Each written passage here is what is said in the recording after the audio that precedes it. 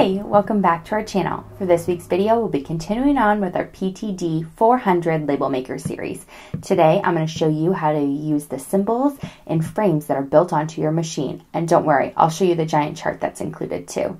All right, let's get started. All right, so to do our symbols and frames on this machine, what we're going to do is I'll start with symbols.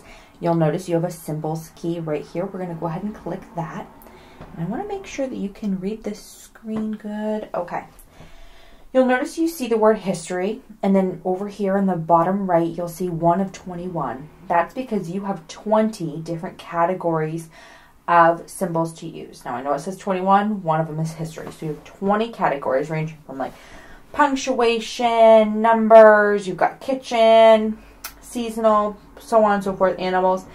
There's a great chart that is in your user manual. If not, you can pull up a digital copy on our website, but I'll include that right here. So as you can see on this chart, you've got all kinds of different categories, and this chart will help break it down a little bit easier for you so you don't have to go through everything and click to really try to find what you're looking for. You can kind of get a visual before you start going.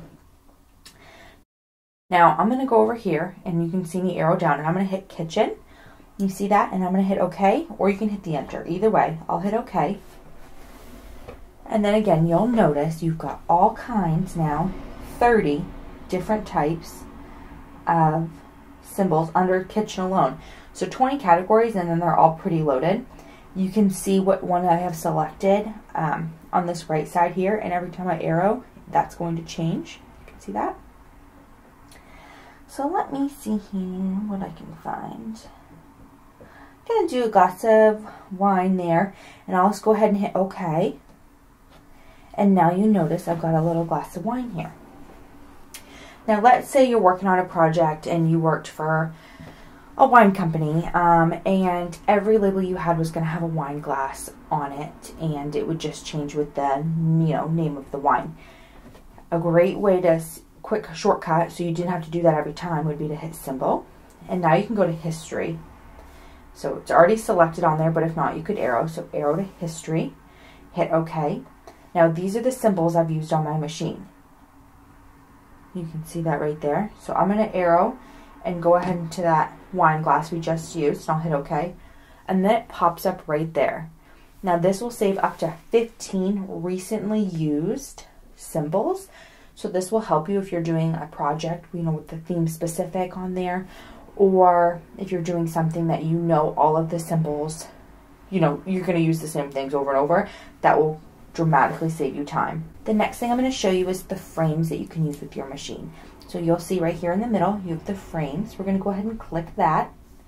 Right now my frames are off. I do not have any frames, but you can arrow down through. You have basic, and then you have 2 different types of basic there.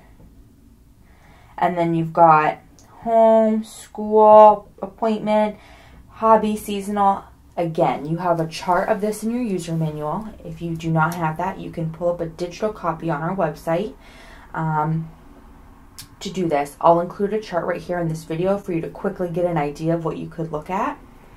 So as you can see here, you've got a lot of different frames, and they are theme specific, so you can kind of take that shortcut to figure out what category would work best for you. And then from there, you can arrow through and figure out which symbol, or excuse me, which frame you like best. So back to this. Let's say we do school and office. Okay, we're going to go ahead and hit OK.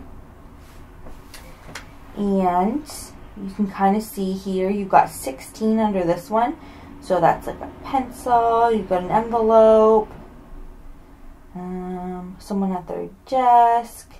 And the sun with the person in the briefcase is cute. So we'll go ahead and hit OK. The biggest thing to note with a frame is that right now you might be freaking out thinking, okay, that didn't work because you don't see a frame here. But you'll notice this little A with an outline. That's because that means there's a frame.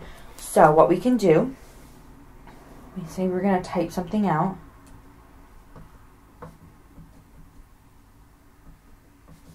Right, good morning. And we're going to print that. Minor mishap there, but now it says good morning, and you've got the sun and the person with the briefcase walking, and that's pretty simple there, but it's super easy to do. That took just seconds, and how easy was that? So let's try it again. We go to frames, and then let's say you want to do basic. These are just super simple little outlines that might give you more of a professional kind of look. So say you were creating name tags for your company for everyone that worked for you.